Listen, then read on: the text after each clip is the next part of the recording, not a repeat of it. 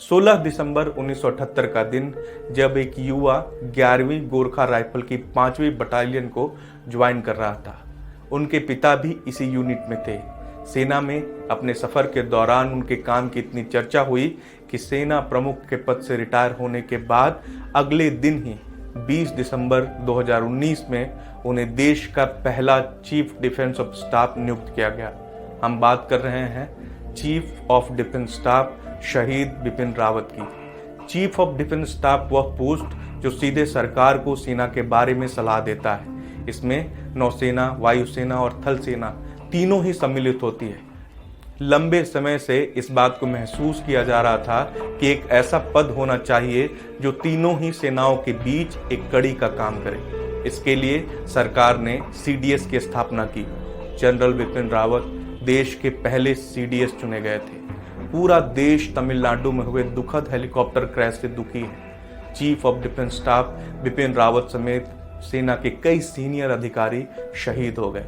देश ही नहीं, दुनिया के कई दूसरे देश भी इस हादसे से हैरान हैं और अपनी संवेदनाएं व्यक्त कर रहे हैं। अमेरिका, रूस और पाकिस्तान सहित विभिन्न देशों ने बुधवार को सीडीएस बिपिन रावत के निधन पर शोक व्यक्त किया।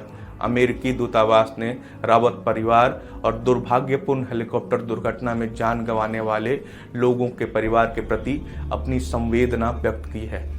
शहीद बिपिन रावत का जन्म उत्तराखंड के उस परिवार में हुआ जहां कई पीढ़ियां देश की सेवा में अपना योगदान दे रही थी।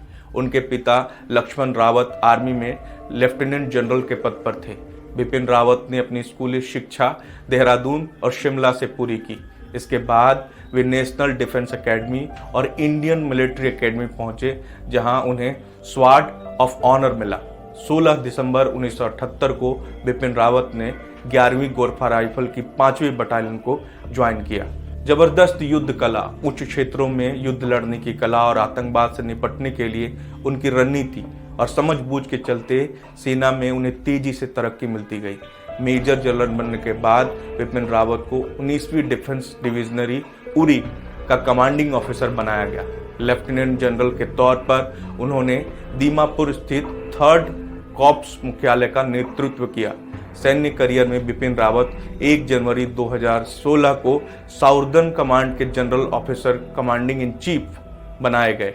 इसके कुछ महीनों बाद ही 1 सितंबर 2016 को उन्हें भारतीय सेना का vice chief of army staff बनाया गया। 17 दिसंबर 2016 को उनके करियर का सबसे बेहतरीन दिन आया जब उन्हें सरकार ने भारतीय सेना का सेना प्रमुख बनाया।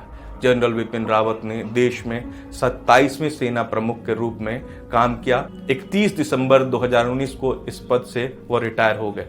वो गोरखा रेजिमेंट से आने वाले तीसरे ऐसे अफसर थे जिन्हें सेना प्रमुख बनाया गया। इससे पहले फील्ड मार्शल सैम मोनकशा और दलबीर सिंह सुहाग इस पद पर थे। जनरल बिपिन रावत को यूनाइटेड स्टेट आर्मी कमांड और general staff command international hall of fame में शामिल किया गया। जनरल बिपिन रावत को सेना में अपनी सेवाओं के लिए कई बहादुरी पुरस्कारों से नवाजा गया है।